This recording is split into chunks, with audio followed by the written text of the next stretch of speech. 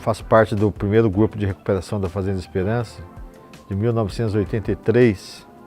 A gente se encontrava na esquina, eu, o Antônio, o Ângelo, o Ademir, o T, para se drogar, para beber. Cheguei na esquina já com o planejamento dali seria o fim, né? Embora se fosse tão jovem, 18 anos, já não tinha mais sentido a vida. Já não tinha mais prazer em viver. De tanta besteira que eu fiz na vida, tanto sofrimento que eu dei para meus pais, para minha família. E tinha um peso muito grande na minha consciência. Mas, de repente, apareceu lá o Nelson, né? Que começou a fazer pequenos atos de amor, encontrou com o Ademir, aprendeu a fazer um artesanato. O Ademir se sentiu tocado nesse encontro com o Nelson e disse para ele que ali ele encontrou um amigo de verdade. E foi o mesmo Ademir que apresentou o Nelson na esquina para nós. Dali, depois emprestou a bicicleta para o Ângelo. O Ângelo ficou uns dias com a bicicleta, depois devolveu arrumada, né? E teve aquele momento também que o Nelson pediu para a irmã dele, a Aninha, fazer um bolo de aniversário, que o T fazia aniversário. E a Aninha, esses dias eu estive até com ela estava contando, né? Uma mocinha ainda, 15 anos, sem entender nada, fez aquele bolo de aniversário e foi com o Nelson lá na esquina para saber um pouquinho do que acontecia com o Nelson, que ele voltava feliz para casa. Com esse ato de amor que ela fez pro T, que fazia aniversário, manifestou, ela junto com o Nelson, manifestou o desejo do Antônio de mudar de vida. Pediu ajuda para o Nelson. Depois veio o Ângelo, o Ademir, eu, o T. Eu confesso que eu demorei um pouco para me juntar a eles, porque eles já estavam morando numa casa, na cidade próxima ali da esquina, onde a gente se drogava. Mas eu fui para a chácara do meu tio um dia, e para fugir um pouco das drogas. E minha prima chegando lá para jantar com a gente, disse que esteve na casa dos meus pais, e meu pai conversando com ela na sala. Meu pai falava para ela todo o sofrimento dele, porque ele trabalhava muito, 2 empregos, fazia tudo pela família e ninguém valorizava ele. E ela disse que as lágrimas desciam pelos olhos dele. Com essas palavras que as lágrimas desciam pelos olhos dele, eu confesso que eu fiquei nocauteado. Bateu assim uma dor muito grande no meu coração, de só sentir que o meu pai estava passando por aquela dor. Ele não merecia aquelas lágrimas descer pelos olhos dele. Ele não merecia. E ali eu tomei uma decisão que eu precisaria fazer meu pai feliz. Pedi ajuda, conversei com o Ângelo me levou para conversar com o Nelson me acolheu da seguinte forma: você passa o dia aqui com a gente, depois à noite você vai para sua casa. Para mim é tudo que eu precisava. E eu passava pela esquina onde meus amigos estavam se drogando, às vezes 2, 3, 4 vezes, às vezes até mais, e não tinha mais vontade de parar.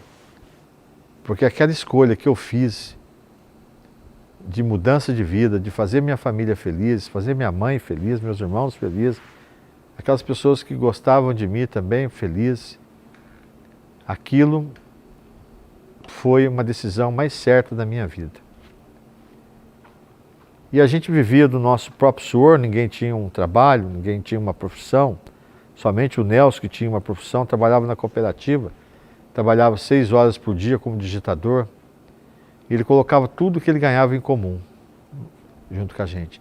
E a gente fazia pequenos serviços, um servicinho aqui, um servicinho ali, e tudo que a gente ganhava colocava em comum na casa, para a gente poder comer, pagar água, pagar a luz nossa. A gente comia muito simples, era uma vida muito simples, mas numa alegria verdadeira. Nós estávamos vivendo o nosso próprio suor. Depois teve um momento que os meus companheiros, meus colegas foram embora e ficou eu e o Nelson na casa só.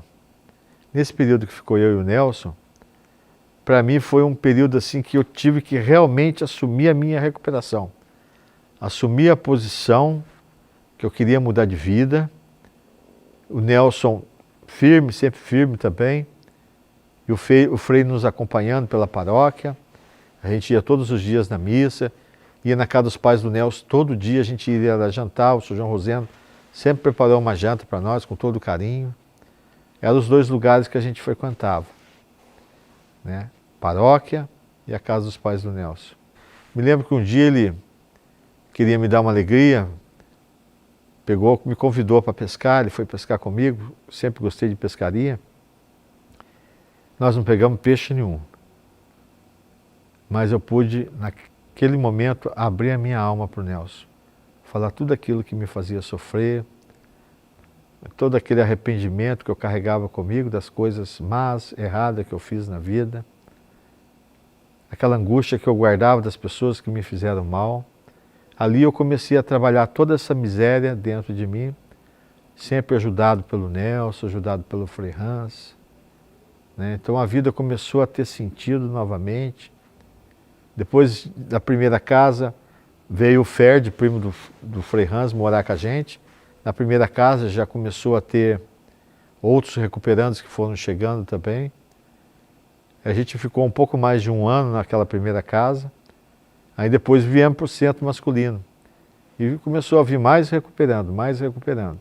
Eu fiquei 1 ano e 8 meses. Ou melhor, 2 anos e 8 meses eu fiquei aqui. Porque isso aqui era a minha vida. Eu nunca imaginava eu fora dessa comunidade. Mas voltei a estudar, fui para a cidade, o Frei Hans me arrumou um trabalho. Eu fui cuidar da primeira casa de acolhidos na cidade, no bairro do Pedregulho.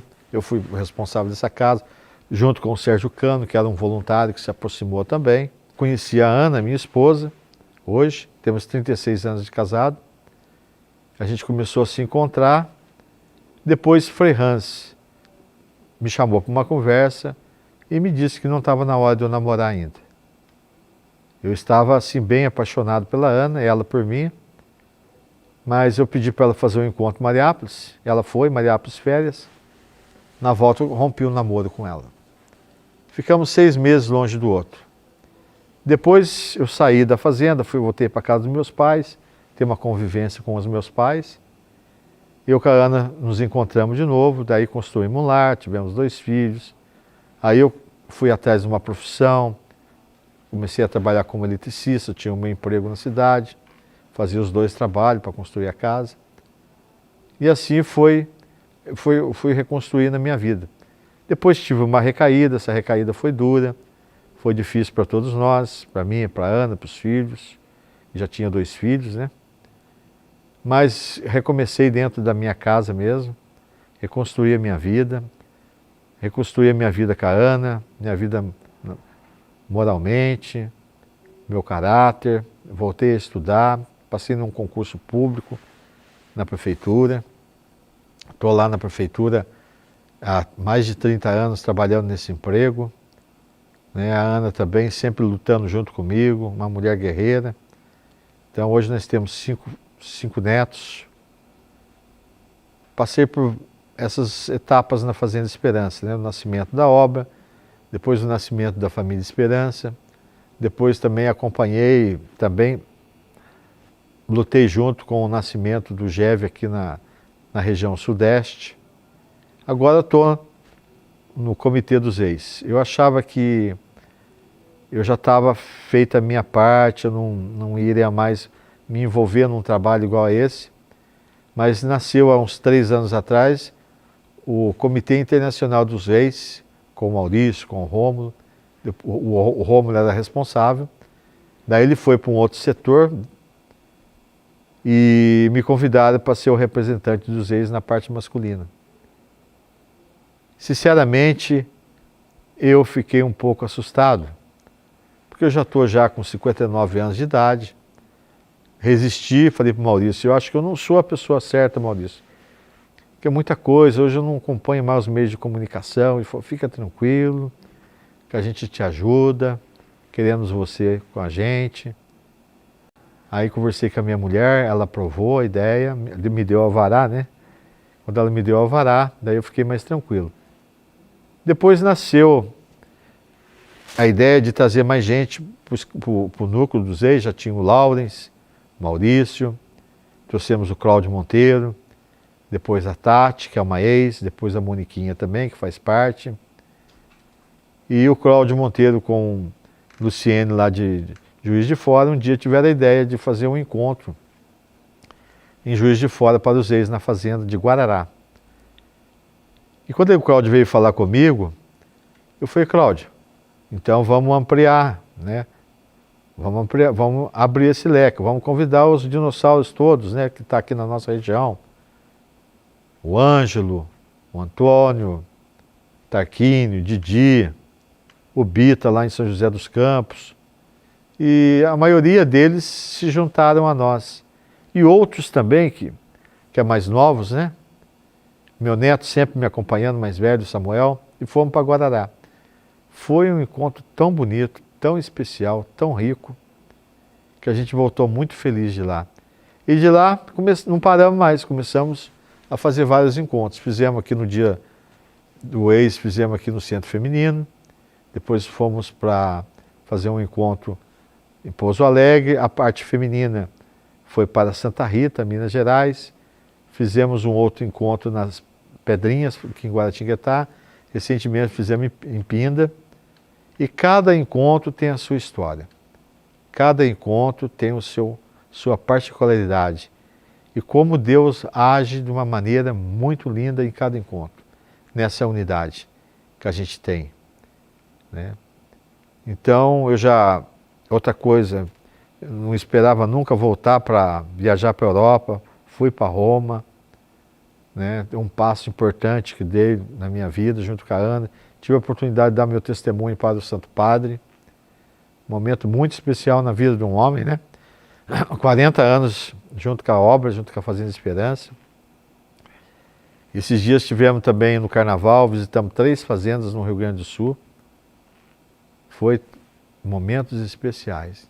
E estamos aí, temos várias propostas de vários encontros para fazer. Tem sido uma alegria grande. Eu vi que Deus quer que eu continue nesse trabalho, que eu não fique limitado só aqui em Guaratinguetá, nas coisinhas de Guaratinguetá, mas que eu vá para outras fazendas, testemunhar essa alegria, essa vida nova que Deus me deu através da Fazenda Esperança. Estamos unidos, um grande abraço, até mais.